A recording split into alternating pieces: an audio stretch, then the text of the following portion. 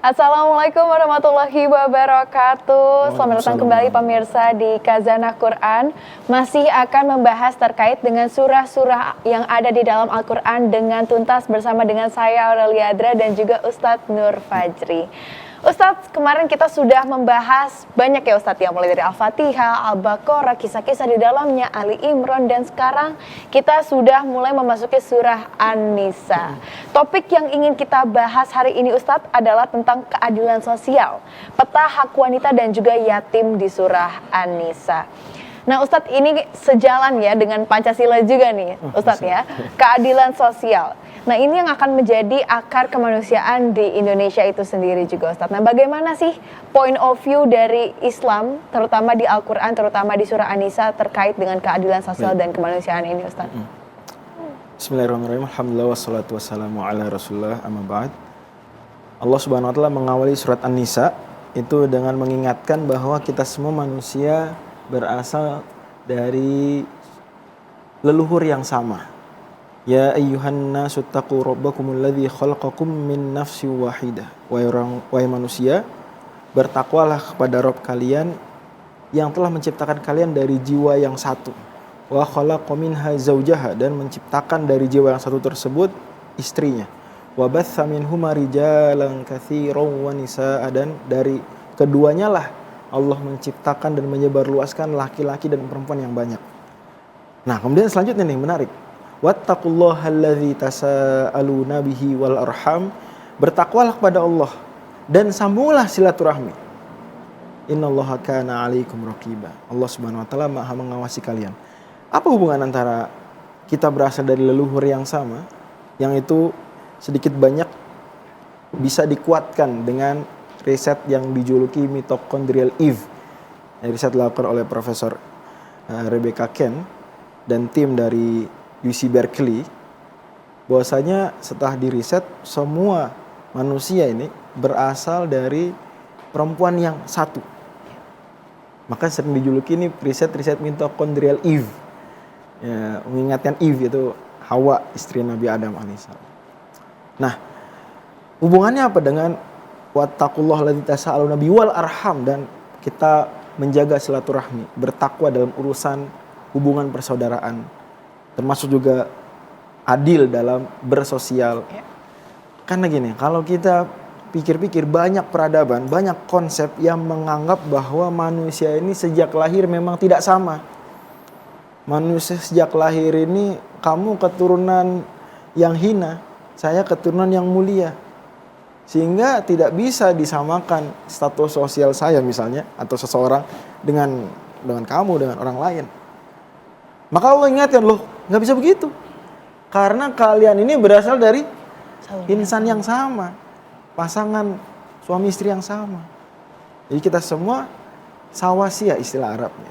Itu sama-sama berstatus sosial yang setara. Berarti pemerintahan yang diamanahi misalnya mengurusi uang rakyat harus juga mencamkan poin ini. Jangan sampai mengistimewakan misalnya sebagian anak yang dianggap anak pejabat, umpama. Wah, dia anak pejabat, jadi kita lebih istimewakan. Ini bahkan termasuk kita juga penting sadari, jangan sampai juga anak-anak kiai, anak-anak ustadz minta diistimewakan lebih, sehingga mencederai prinsip keadilan sosial ini. Nah, jadi dalam Islam sudah dari awal digariskan kita semua lahir statusnya sama dan kemudian berhak juga mendapatkan perlakuan sosial yang adil. Ya, betul Ustadz. Berarti kalau tadi kita bahas terkait dengan bagaimana sebenarnya semua manusia itu datang dari tentunya sebagai ciptaan Allah, kita semua sama, datang juga dari perempuan gitu ya Ustadz ya. Nah, bagaimana sih society atau masyarakat yang sekarang kita lihat, kan betul kata Ustadz tadi, kadang-kadang kita tuh mengagung-agungkan atau mungkin meninggikan status sosial mungkin, atau ya anaknya siapa ya Ustadz tadi sempat Ustadz mention juga gitu. Seperti apa sih masyarakat yang dibangun dengan asas keadilan di dalamnya Ustadz? Baik, kita tidak bisa pungkiri memang seringkali kita terdorong untuk mengistimewakan sebagian orang karena status sosialnya tadi.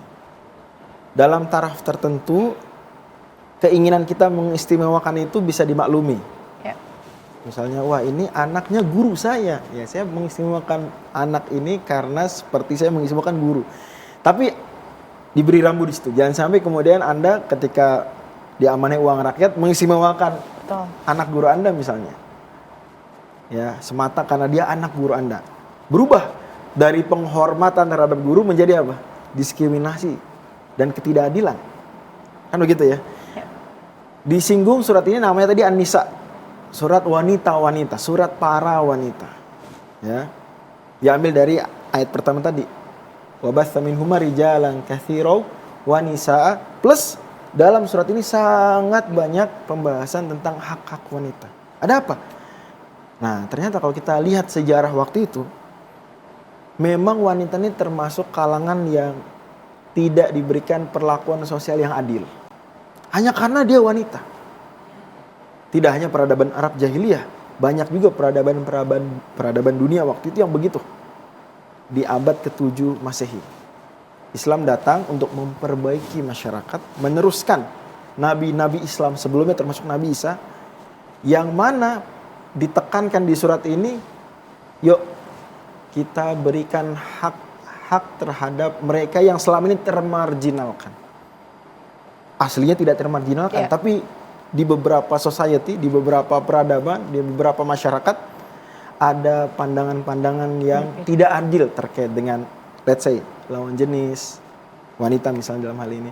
Let's say misalnya imigran, pendatang, bukan akamsi ya, bukan anak kampung sini. Atau karena dia keturunan dari ras tertentu, rasisme itu bentuk ketidakadilan sosial pada akhirnya. Nah, itu yang ingin Islam tegaskan di sini. Makanya menarik.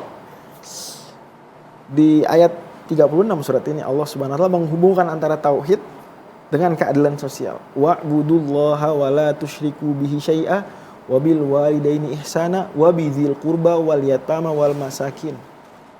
Sembahlah Allah saja, jangan kalian menyekutukan Dia. Tauhid.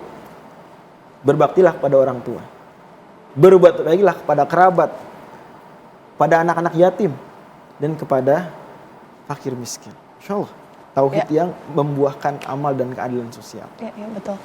Kalau tadi Ustadz sudah singgung terkait dengan bagaimana kondisi perempuan ataupun diskriminasi yang pernah terjadi pada masanya Ustadz. Nah, seberapa sih impactfulnya pada saat itu apa yang terjadi kepada perempuan dan apa yang kemudian bisa shaping dan merubah bentuknya hingga sekarang perempuan, saya bisa duduk bersama Ustadz hari ini, saya bisa belajar bersama Ustadz dan perempuan-perempuan di rumah sana yang juga mungkin sudah berdaya sendiri, sudah berkarya Ustadz. Apa yang sebenarnya terjadi pada saat itu sehingga akhirnya kita sekarang bisa berdaya seperti ini Ustadz? Oke, kita lihat di 2 halaman pertama surat An-Nisa ini disebutkan tentang yang di halaman pertama mahar, di halaman kedua warisan. 2 hal yang waktu itu perempuan-perempuan di Arab jahiliyah dan banyak peradaban dunia waktu itu tidak bisa memiliki mahar. Mahar diberikan untuk orang tuanya, untuk keluarganya. Si perempuannya tidak dapat. Bahkan banyak juga peradaban, dan mungkin sekitar 100-200 tahun lalu masih ada peradaban-peradaban besar yang belum memberikan hak properti terhadap perempuan. Tapi Islam mengajarkan sejak awal berikan mahar kepada perempuan. Wa atun nisaa soduqotihinna nihlah. Berikanlah mahar sebagai pemberian yang sepenuh hati, pemberian yang tulus untuk para perempuan. Jadi perempuan yang memiliki mahar, istri-istri yang memiliki terobosan luar biasa. Kemudian waris, waktu itu jangankan mendapatkan waris, mohon maaf, justru wanita ikut diwarisi. Jadi istri yang meninggal, ya, pewaris, kemudian istri ini diwarisi, mohon maaf, oleh keturunannya. Satu hal yang membuat kita mengertikan dahi, tapi ya itulah peradaban-peradaban dahulu seperti itu. Islam datang bawa perubahan, itu tidak mudah loh. Waktu itu juga bahkan sebagian sahabat masih mempertanyakan, kok bisa perempuan dapat warisan? Karena dalam pola pikir mereka yang masih berubah nih dari jahiliyah menuju Islam gitu ya, masih butuh waktu ternyata untuk menerima perempuan bisa dapat waris. Gitu ya. Baik. Dan jangan sangka juga Kak Aurel bahwa tapi kan waris dalam Islam ntar perempuan cuma dapat setengah laki-laki. Oh tenang, ya, kasus seperti itu tuh justru sangat minor. Kejadian di mana perempuan dapat setengah dari laki-laki itu hanya sekitar 16% kasus saja. Sisanya banyak skenario yang lebih tinggi persentasenya daripada itu, perempuan dapat, laki-laki tidak dapat. Atau bahkan perempuan dapat 2 kali lipatnya laki-laki. Atau perempuan minimal dapat lebih banyak atau sama besar dengan laki-laki. Tergantung tidak hanya karena kelaki-lakian atau kewanitaannya. Tidak hanya karena itu, ada banyak faktor. Tapi jangan sampai kita punya pola pikir bahwa Islam juga nggak beda kok. Sama-sama diskriminatif terhadap perempuan. Insya Allah akan kita kupas lebih lanjut lagi. Iya, betul. Nah, Pak Ustadz, kalau tadi kita ngomongin tentang waris gitu kan. Itu kan seringkali kita artikan sekarang adalah bagaimana orang tua kita yang kemudian innalillahi meninggal, kemudian mewariskan kita hartanya atau mungkin ya barang-barangnya untuk kita gitu Ustadz. Nah bagaimana kaitannya jika dengan anak-anak yatim piatu Ustadz? Mereka kan juga butuh kita rawat, mereka juga tentunya harus kita berikan kepedulian yang lebih begitu Ustadz. Dan ini juga setahu saya dibahas ya Ustadz ya di surat An-Nisa, itu bagaimana Ustadz? Baik. Anak yatim sudah dibahas dari halaman pertama, tepatnya di ayat kedua, itu sudah mulai dibahas, dan seterusnya termasuk tadi ayat 36 ya, ayat tentang tauhid ternyata menyinggung anak yatim. Lagi-lagi karena mereka memang termarginalkan waktu itu. Yatim artinya Anda tidak punya ayah, sementara waktu itu budayanya sangat laki-laki banget gitu ya. Berlebihan. Ya. Sehingga mereka ketika ada anak yatim, ya udah nggak dihargai, tidak diberikan kesempatan. Kalau tadi Kak Aurel singgung soalan wanita perempuan yang bisa tampil dan juga bahkan ikut belajar bersama atau mendapatkan hak pendidikan, ya jangankan pendidikan waktu itu, banyak hal lebih menyedihkan lagi. Nah, tapi Islam membawa perubahan, bahkan memotivasi untuk mengurusi anak yatim. Terlebih-lebih mereka yang punya hubungan kekerabatan dekat. Jadi kalau kita lihat, memang perintah Islam untuk mengurus anak yatim itu lebih dikedepankan ke kerabatnya. Jadi paman-pamannya misalnya contoh. Ya kalau tidak bisa maka tetangganya. Walaupun sulit dicari ya, masa nggak bisa dicari nenek, kakek, om-om yang lainnya. Tapi mungkin saja ada kasus begitu. Nah baru jika memang tidak memungkinkan, mungkin bisa dicari solusi lain. Intinya jangan sampai anak yatimnya terlantar. Karena dia pada akhirnya punya masa depan juga yang kita harapkan cerah. Seperti halnya anak-anak yang lain. Ada penelitian terbaru Kak Aurel, bahwa sebetulnya kalau kita terlalu mudah memasukkan anak yatim ke panti, yang massal ya, jumlahnya banyak, itu anak lebih tidak terurus. Makanya beberapa ormas Islam, ya, termasuk mungkin dari saudara-saudara yang hadir kali ini di studio, itu sudah sejak lama mengubah pola pikir tadi. Jangan setiap ada anak yatim langsung masukin ke panti. Tapi apa? Carikan dulu keluarga besarnya. Kemudian lembaga sosial ini menyupport secara finansial. Oke, paman ini punya keponakan yatim nih. Paman gak punya uang untuk mengurus. Kami support dengan uang, tapi paman yang ngurus ya. Nah, demikian. Itu lebih bagus justru. Baik Pak Ustadz, ini menjadi menarik karena juga di Indonesia ini sering terjadi ya Pak Ustadz ya. Tapi untuk pembahasan lebih lanjut lagi, kita akan membahas lebih lanjut juga terkait dengan ayat-ayat yang ada di surah An-Nisa. Kita akan bahas di segmen selanjutnya Pak Ustadz.